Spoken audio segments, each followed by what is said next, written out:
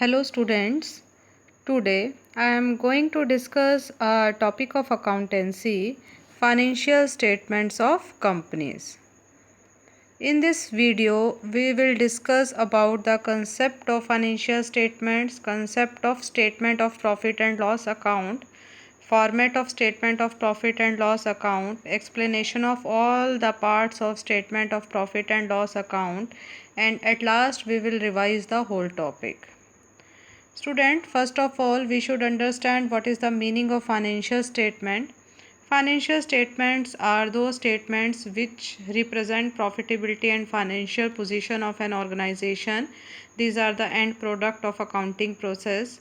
As per the section 240 of the Companies Act 2013, a company has to make the following financial statement: balance sheet, statement of profit and loss account, cash flow statement, statement of change in equity if applicable, and explanatory notes. Students, we have already studied about the balance sheet in our previous video.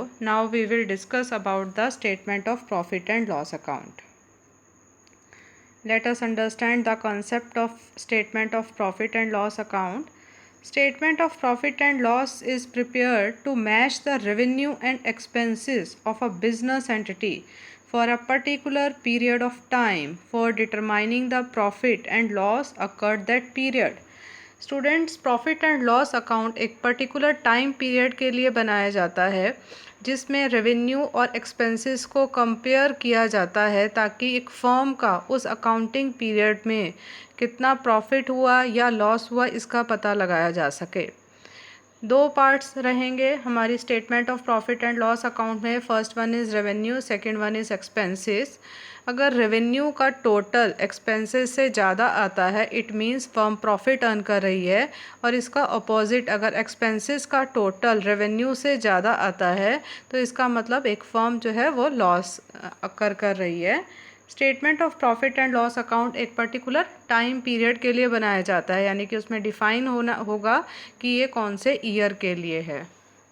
The main objective of statement of profit and loss is true and fair view of the financial performance of a business. Business की financial performance उसकी profitability पे depend करती है। जितनी ज़्यादा profitability होगी तो इसका मतलब फाइनेंशियल परफॉर्मेंस उस बिजनेस की बेटर है। Next one is it is prepared for a particular period and not on a particular date. एक पर्टिकुलर डेट की सिचुएशन नहीं बताता है। प्रॉफिट एंड लॉस जो अकाउंट है वो प्रीवियस ईयर यानी कि जो ईयर एंड हुआ है, एंडिंग डे है उसका 31 मार्च है, तो यानी कि जो साल बीत गया है उसके लिए बनाया जाता है। तो एक पीरियड के लिए बनाया जाता है, ना कि एक पर्टिकुलर डेट पर। It is a historical document as it is prepared for a past period, इसीलिए इसको हिस्टोरिकल डॉक्यूमेंट भी बोला जाता है। Format of statement of profit and loss is specified in part 1 schedule 3 of the Companies Act 2013। Part 2 of schedule 3 के part 2 में companies act में इसका फॉर्मेट दिया गया है। तो स्टूडेंट्स, हमने बैलेंस शीट के बारे में पढ़ा था प्रीवियस वीडियो में। तो अगर डिफरेंस देखा जाए बैलेंस शीट और प्रॉफिट एंड लॉस अकाउंट में, तो बैलेंस शीट शेड्यूल 3 के पार्ट 1 में थी, में उसका शेड्यूल 1 में उसका फॉर्मेट था, जबकि profit and loss account schedule 3 के पार्ट 2 में इसका फॉर्मेट दिया गया है। बैलेंस शीट एक पर्टिकुलर डेट पर बनाई जाती है, वो एक पर्टिकुलर डेट की सिचुएशन डिपिक्ट करती है, लेकिन प्रॉफिट एंड लॉस अकाउंट एक पर्टिकुलर पीरियड के लिए बनाया जाता है। बैलेंस शीट से फाइनेंशियल पोजीशन पता चलती है, फाइनेंशियली कितना स्ट्रॉन्ग है, लेकिन फाइनेंशियल परफॉर्मेंस अगर देखना है तो उसके लिए statement of profit and loss banana compulsory है। तो आई होप आप मीनिंग समझ गए होंगे statement of profit and loss account का। Let's understand the format of statement of profit and loss account. This is the format. It comes under the schedule 3 part 2. सबसे पहले आप देखेंगे कंपनी का नाम है profit and loss statement for the year ended. For the year ended यानी कि जो साल ख़त्म हो रहा है, तो यहाँ पे डेट हमें लिखनी है 31 मार्च 2020। इसका मतलब कि जो 1 अप्रैल 2019 से ईयर स्टार्ट हुआ था उस साल के लिए ये स्टेटमेंट बनाई गई है। 4 कॉलम है, particulars, note number, current year की फिगर्स और प्रीवियस ईयर की फ़िगर्स, ये दोनों फिगर्स कंपैरिजन के लिए दी गई हैं ताकि लास्ट ईयर से इस साल में कितना इंक्रीज़ या डिक्रीज़ हुआ है इसका पता लगाया जा सके। Statement of profit and loss account में सबसे पहला आता है रेवेन्यू फ्रॉम ऑपरेशन। ऑपरेशन का मतलब है बिजनेस की कोर एक्टिविटी, यानी कि मैन्युफैक्चरिंग का प्रोसेस, उसका चीज़ को परचेज करना, मैन्युफैक्चर करना, तो वो रेवेन्यू फ्रॉम ऑपरेशन कहलाता है। इससे बिजनेस में इनकम होती है, रेवेन्यू होती है। इस second one is other income. अगर रेवेन्यू ऑपरेशन से होगा और किसी और सोर्सेज से भी अगर इनकम है तो वो अदर इनकम में जाएगा। Third one is total revenue. Total revenue, revenue from operation और अदर इनकम को टोटल करके 1+2 इन दोनों को, ऊपर के दो हेड को टोटल कर दिया जाए तो टोटल रेवेन्यू बन जाएगा। फोर्थ वन इज़ एक्सपेंसेस, यानी कि खर्चे। अब एक्सपेंस में क्या आ सकता है? कॉस्ट ऑफ मटेरियल कंज्यूम्ड, जो मटेरियल यूज़ हो रहा है प्रोडक्शन प्रोसेस में उसको परचेज करने पर खर्चा होगा। Purchase of stock in trade, अगर गुड्स को मैन्युफैक्चर नहीं कर रहे हैं, हम खरीद रहे हैं और बेच रहे हैं, जस्ट बिजनेस ये है चीज़ को परचेज करना है और सेल कर देना है, तो उस स्टॉक को जो हम परचेज करेंगे उस परचेज पर जो एक्सपेंस होगा वो एक्सपेंसेस में आएगा। Change in inventory of finish goods, work in progress and stock in trade. Finish goods यानी कि जो गुड्स सेल के लिए अवेलेबल है, बिल्कुल रेडी है। वर्क इन प्रोग्रेस यानी कि हाफ फिनिश गुड्स जो अभी बन रहा है। स्टॉक इन ट्रेड यानी कि जो हमारा मटेरियल, जो गुड्स पर हमारा पड़ा है स्टॉक में, ये सब चीज़ों का चेंज इन इन्वेंट्री। इन्वेंट्री में चेंज यानी कि ईयर के स्टार्टिंग में कितनी इन्वेंट्री थी और एंड ऑफ द ईयर कितनी इन्वेंट्री है, उसमें जो चेंज आया है उस साल के दौरान। तो चेंज क्यों आएगा बच्चों? इंक्रीज़ होगा तो इसका मतलब आपने परचेज़ किया है तो यहाँ पर वो ऐड हो जाएगा। डिक्रीज़ होगा तो यानी कि ख़त्म हो गया और परचेज़ आपने और नहीं किया है तो यहाँ पर फिर उसमें एक्सपेंसेस में नहीं आएगा। एम्प्लॉयज़ बेनिफिट एक्सपेंसेस, एम्प्लॉय को जो बेनिफिट दिए जाते हैं, सैलरी, वेजेस या और भी जो भी बेनिफिट दिए जाते हैं उन पे होने वाला खर्चा। फाइनेंस कॉस्ट, अगर आपने पैसा बाहर से उधार लिया है तो उस पर जो आपका इंटरेस्ट या डिविडेंड जा रहा है वो finance cost. Depreciation and amortisation expenses, fixed assets या इंटेंजिबल एसेट्स की वैल्यू का रिड्यूस हो जाना वो भी एक्सपेंसेस का ही एक पार्ट है। और भी जितने भी अदर एक्सपेंसेस हैं, इन सब एक्सपेंसेस को अगर टोटल कर लिया जाए तो ये हमारा फोर्थ हेड बनता है एक्सपेंसेस। प्रॉफिट बिफोर टैक्स निकालने के लिए स्टूडेंट्स, टोटल रेवेन्यू जो थर्ड पार्ट में आपने निकाला और जो टोटल एक्सपेंस है, इन दोनों का डिफरेंस ले लिया जाता है, यानी कि रेवेन्यू में से एक्सपेंस माइनस कर दिया जाए तो वो प्रॉफिट बिफोर टैक्स है। इसमें से टैक्सेस को सब्ट्रैक्ट कर दिया जाएगा तो प्रॉफिट आफ्टर टैक्सेस कहलाएगा और यही प्रॉफिट आउटकम है प्रॉफिट एंड लॉस अकाउंट का। स्टूडेंट्स अभी इन सब हेड्स को हम थोड़ा डिटेल में पढ़ते हैं।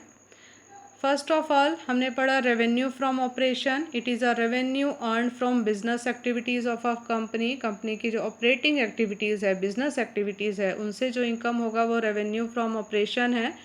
रेवेन्यू फ्रॉम ऑपरेशन में फर्स्ट इंक्लूड किया जाएगा revenue from sale of products. इसमें अगर कुछ रिटर्न हुआ है, यानी कि आपने सेल कर दिया था लेकिन वो सेल होने के बाद वापस आ गया है तो वो सेल नहीं मानी जाएगी क्योंकि वो वापस आ गया है, तो उसको लेस कर दीजिए। Revenue from sale of services और other operating revenue such as sale of scrap. तो प्रोडक्ट तो आप बना ही रहे हैं, मेन प्रोडक्ट, और उसके साथ जो वेस्ट मटेरियल निकल रहा है अगर उसको भी सेल करने से कुछ इनकम होती है तो वो भी रेवेन्यू फ्रॉम ऑपरेशन का पार्ट है। तो फर्स्ट वन इज़ गुड्स को सेल करने से इनकम हो, या अगर आप कोई सर्विसेज प्रोवाइड करते हैं तो सर्विसेज को प्रोवाइड करने से इनकम हो। थर्ड वन इज़ स्क्रैप या फिर वेस्ट मटेरियल, जिसको बेचने से भी अगर कुछ इनकम है, तो इन तीनों चीज़ों को मिलाकर रेवेन्यू फ्रॉम ऑपरेशन बनता है। Next point is other income.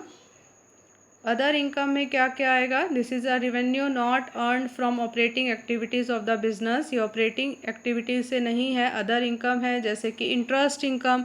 अब इंटरेस्ट की कैसे इनकम है? अगर आपने अपना पैसा कहीं बाहर उधार पर दिया है, एज अ लोन किसी को दिया है या किसी ने आपसे बोरो किया है तो उस पर आपको इंटरेस्ट मिलता है। डिविडेंड इनकम होती है, हमने किसी कंपनी के शेयर्स परचेज़ किए हैं, उससे डिविडेंड रिसीव हो रहा है तो वो एक इनकम है। Gain on sale of investment, कहीं पैसा आपने इन्वेस्ट किया था किसी प्रॉपर्टी में, किसी एसेट्स में, किसी शेयर्स में या डिबेंचर्स में, अब उसको प्रॉफिट पर बेच दिया है तो वो आपकी इनकम है। लॉस पर बेचा है तो वो माइनस हो जाएगा। और भी बहुत इनकम हो सकती है, जैसे कि रेंट रिसीव्ड। रेंट रिसिप्ट यानी कि कंपनी जो है वो कोई उसने प्रॉपर्टी जो है वो रेंट पे दी हुई है, उसको ईयरली या मंथली उस पर रेंट मिल रहा है, वो उसकी इनकम है। डिस्काउंट रिसीव्ड, डिस्काउंट मिलना, कमीशन मिलना। Profit on sale of fixed assets, fixed assets वो एसेट्स होती हैं जो लॉन्ग टर्म के लिए हमारे पास रहती हैं, जो हमारे प्रोडक्शन प्रोसेस को में हेल्प करती हैं, लेकिन एक टाइम पीरियड के बाद जब हमें लगता है कि इसको हमें चेंज कर देनी चाहिए, तो इन फिक्स्ड एसेट्स को अगर प्रॉफिट पर सेल कर दिया जाए तो वो भी एक इनकम का सोर्स है।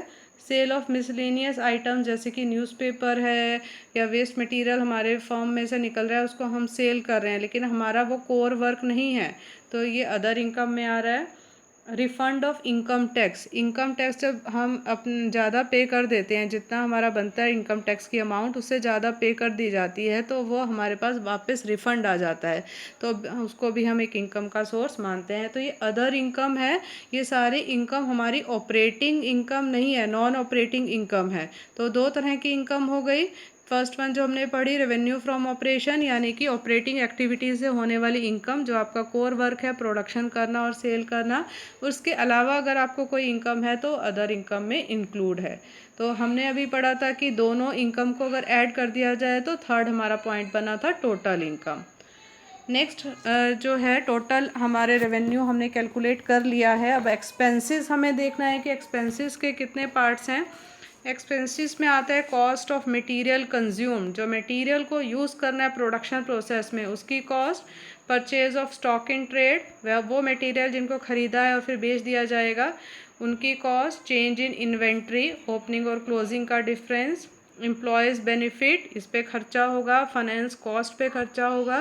डेप्रिसिएशन पे खर्चा होगा। और अदर एक्सपेंसेस, यानी कि 7 टाइप के एक्सपेंसेस एक बिज़नेस में हो सकते हैं, और ये 7 एक्यूमुलेट होके टोटल एक्सपेंसेस बनते हैं। Total revenue first and second का टोटल हमने किया, और इन 7 आइटम्स को ऐड कर दिया जाए तो वो एक्सपेंसेस बनता है।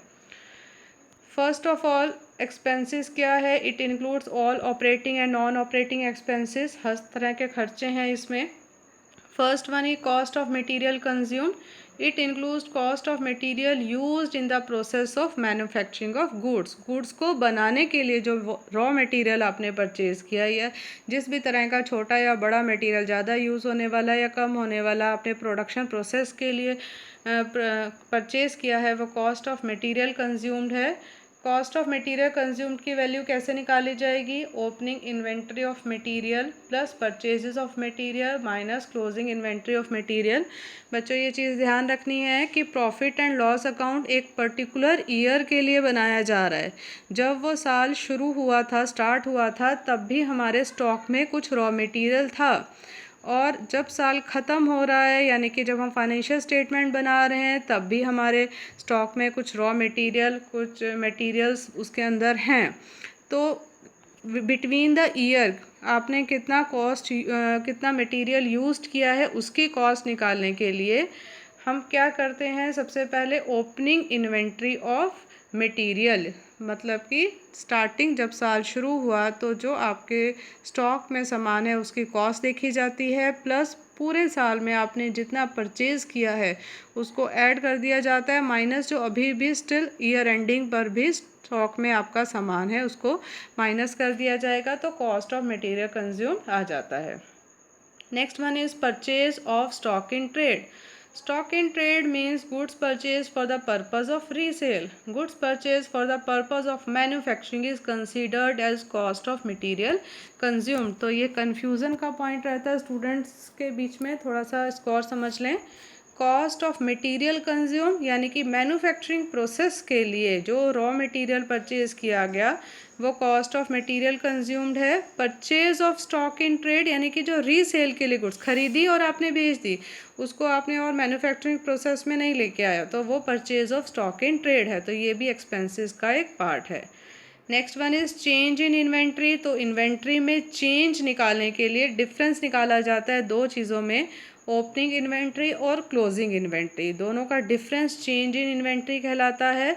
और इसका चेंज में ओपनिंग और क्लोजिंग क्योंकि डिफरेंस निकालना है, तो ओपनिंग इन्वेंट्री है value of inventory at the beginning of the accounting year, and closing inventory is value of inventory at the end of the accounting year. पूरे साल के एंड में वैल्यू कितनी है इन्वेंट्री की और स्टार्टिंग में कितनी थी, इन दोनों का जो डिफरेंस है वो चेंज इन इन्वेंट्री कहलाता है। अब थोड़ा इन्वेंट्री को समझ लें। इन्वेंट्री क्या है, तो इन्वेंट्री में बच्चों 3 चीज़ें इंक्लूडेड हैं, inventory of finish goods, work in progress और स्टॉक इन ट्रेड। तो फिनिश गुड्स यानी कि मैन्युफैक्चरिंग प्रोसेस जो कंप्लीट कर चुके हैं, प्रोडक्ट रेडी टू सेल हैं, वो हमारे जो स्टॉक में पड़े हैं वो इन्वेंट्री का पार्ट है। Second one is work in progress, यानी कि अभी काम चल रहा है, अभी वो फिनिश प्रोडक्ट नहीं बने और रॉ मटेरियल भी नहीं है, तो वो वर्क इन प्रोग्रेस है। स्टॉक इन ट्रेड, जिनको रीसेल के लिए हमने परचेज़ किया है उसको स्टॉक इन ट्रेड कहते हैं। तो इनका ओपनिंग एंड क्लोजिंग का जो डिफरेंस है वो चेंज इन इन्वेंट्री कहलाता है। और एक्सपेंसेस में क्या आएगा students, employees benefit expenses. Employees यानी कि वर्कर्स, काम करने वाले लोग हमारे बिजनेस में, उनके बेनिफिट के लिए भी कुछ खर्चे होते हैं, जैसे कि वेजेस देना, सैलरीज देना, बोनस देना, provident fund, gratuity, staff welfare के लिए एक्सपेंस करना, कैंटीन एक्सपेंसेस, मेडिकल एक्सपेंसेस, यानी कि उनके वेलफेयर के लिए जितनी भी एक्सपेंसेस किए जाते हैं वो एम्प्लॉय बेनिफिट एक्सपेंसेस कहलाते हैं। तो जिन बच्चों ने प्रीवियस वीडियो देखी है, थोड़ा सा इस बात पे ध्यान गया होगा कि प्रोविडेंट फंड बैलेंस शीट में भी था, ग्रेजुटी फंड भी वहाँ था प्रोविजंस के अंडर। तो हम बता दें कि ये लॉन्ग टर्म प्रोविजंस होते हैं जिसको हमने बैलेंस शीट में डाला था, लेकिन हर साल जो इसका पैसा जमा हो रहा है उस प्रोविज़न में, वो प्रॉफिट एंड लॉस में भी जाएगा। उसकी एक अमाउंट जो है वो प्रॉफिट एंड लॉस में भी जाएगी। वहाँ पर टोटल सम अमाउंट है, क्योंकि वो एंड ऑफ द एक पर्टिकुलर डेट को बनाया जाता है और ये एक पर्टिकुलर पीरियड के लिए, तो उस पीरियड में प्रोविडेंट फंड में कितना पैसा डाला गया, तो वो एक फर्म का एक्सपेंस है। Next one is finance cost. Finance cost क्या है बच्चों, वो कॉस्ट जो फाइनेंस को एक्वायर करने के लिए दी जाती है। फाइनेंस यानी कि पैसा, बिजनेस में पैसा लगता है, पैसा कहाँ से आएगा, आप कोई लोन लेंगे पैसा के लिए बैंक से, या आप अपने शेयर्स जो हैं वो इशू करेंगे या डिबेंचर्स इशू करेंगे, तब आपको पब्लिक पैसा देगी। तो कहीं ना कहीं से तो पैसा लेना होगा, लेकिन कहीं से भी फ्री में पैसा तो नहीं मिलता है। जहाँ से भी आपने पैसा लिया उसकी कोई ना कोई कॉस्ट है, और वही कॉस्ट फाइनेंस कॉस्ट कहलाती है। तो वो कॉस्ट इंटरेस्ट हो सकती है in the case of loan, bank overdraft हो सकता है, डिवेंचर्स पे इंटरेस्ट जाता है, ये सब कॉस्ट हो सकती है। अदर एक्सपेंसेस भी फाइनेंस कॉस्ट में हो सकते हैं, जैसे कि loss on issue of debentures, या premium on redemption of debenture, या लोन प्रोसेसिंग चार्जेस। तो तीनों को एक बार समझ लें। Loss on issue of debentures, debentures को इशू करते समय जब उसकी फेस वैल्यू से कम वैल्यू पर उसे इशू किया जाता है तो उसे हम कहते हैं loss on issue of debenture. अब कम पर हम क्यों करेंगे, जो कंपनी की रेपुटेशन बहुत अच्छी नहीं होती और उसको जल्दी पैसे की ज़रूरत है, तो फेस वैल्यू से रिड्यूस्ड वैल्यू पर भी वो अपने डिबेंचर्स को इशू कर देती है, लेकिन उसके पे जो उसको लॉस होता है वो तो फाइनेंस कॉस्ट में आएगा। या फिर second one is premium on redemption of debenture. Redemption of debenture हमने पहले भी बात किया था कि डिबेंचर्स एक पर्टिकुलर टाइम पीरियड के लिए इशू किया जाता है और उस टाइम पीरियड के बाद उसे रिडीम करना होता है, यानी कि उनका पैसा वापस देना है। लेकिन वापस आप प्रीमियम पे कर रहे हो, यानी कि फेस वैल्यू से ज़्यादा वैल्यू आपको पे करनी है। आपने कहीं से 10 रुपये लिए, देने 12 रुपये है, तो वो जो 2 रुपये है वो आपका एक एक्सपेंस है जिसको फाइनेंस कॉस्ट के अंदर लेकर आते हैं। लोन प्रोसेसिंग चार्जेस, लोन को एक्वायर करने के लिए डॉक्यूमेंटेशन या और जितने भी स्टैम्प ड्यूटीज़ लगती हैं या खर्चे लगते हैं वो सारा लोन प्रोसेसिंग चार्जेस है जो फाइनेंस कॉस्ट के अंडर आएगी। Next cost is depreciation and amortisation expenses. Depreciation यानी कि reduction in the value of fixed assets. समय के बीतने के साथ साथ फिक्स्ड एसेट्स की वैल्यू जो कम हो जाती है उसे डेप्रिसिएशन कहते हैं। तो फिक्स्ड एसेट्स यानी कि टेंजेबल एसेट्स की वैल्यू का रिड्यूस होना, लेकिन इनटेंजेबल एसेट्स की वैल्यू भी रिड्यूस होती है और जिसको हम कहते हैं कि उनकी वैल्यू राइट ऑफ हो गई है। इनटेंजेबल एसेट्स यानी कि गुडविल, पेटेंट्स, इनकी वैल्यू जब कम हो जाती है तो डेप्रिसिएशन वर्ड यूज़ नहीं करते, तब करना है एमोर्टाइजेशन। तो एमोर्टाइजेशन है reduction in the value of intangible assets. और भी बहुत सारे एक्सपेंसेस होते हैं जिसको हम एक्सपेंस के अंडर लेकर आएंगे statement of profit and loss account में, जैसे कि carriage inward and carriage outward, सामान को लेकर अंदर आना यानी कि रॉ मटेरियल को फॉर्म में लाना और फिनिश गुड्स को बाहर ले जाना, वो एक खर्चा है। मैन्युफैक्चरिंग के खर्चे हैं, बिल्डिंग रेंट पे है तो रेंट देना होगा, टैक्सेस पे करने होंगे, इंश्योरेंस कराया है बिल्डिंग का तो इंश्योरेंस पे करना होगा, डिस्काउंट देना भी एक खर्चा है, किसी को डिस्काउंट दोगे तो फर्म का उसमें लॉस होता है तो वो एक्सपेंसेस में आएगा। कमीशन देना एक्सपेंस है। Provision for bad debts, bad debts के लिए प्रोविज़न बनाना। बैड डेट्स कौन?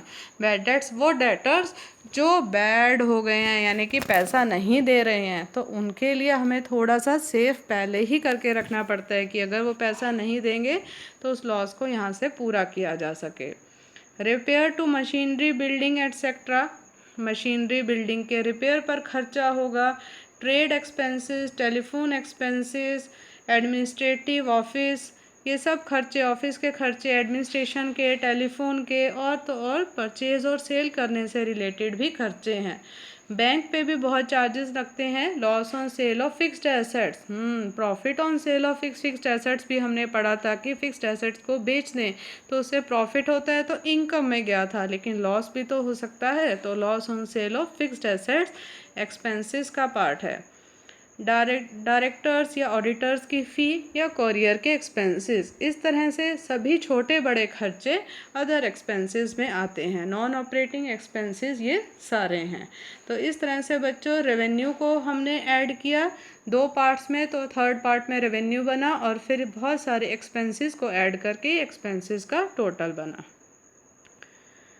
Let's revise format of statement of profit and loss account, थोड़ा रिवाइज कर लिया जाए। देखिए बिल्कुल स्टार्टिंग से रेवेन्यू फ्रॉम ऑपरेशन यानी कि बिजनेस की ऑपरेटिंग एक्टिविटी की वजह से जो इनकम हो रही है, उसके बाद अदर इनकम और बिना ऑपरेटिंग एक्टिविटी यानी कि नॉन ऑपरेटिंग एक्टिविटी से जो इनकम होगी वो इनकम सेकंड हेड में है। दोनों तरह की इनकम को मिला दिया जाए तो टोटल रेवेन्यू।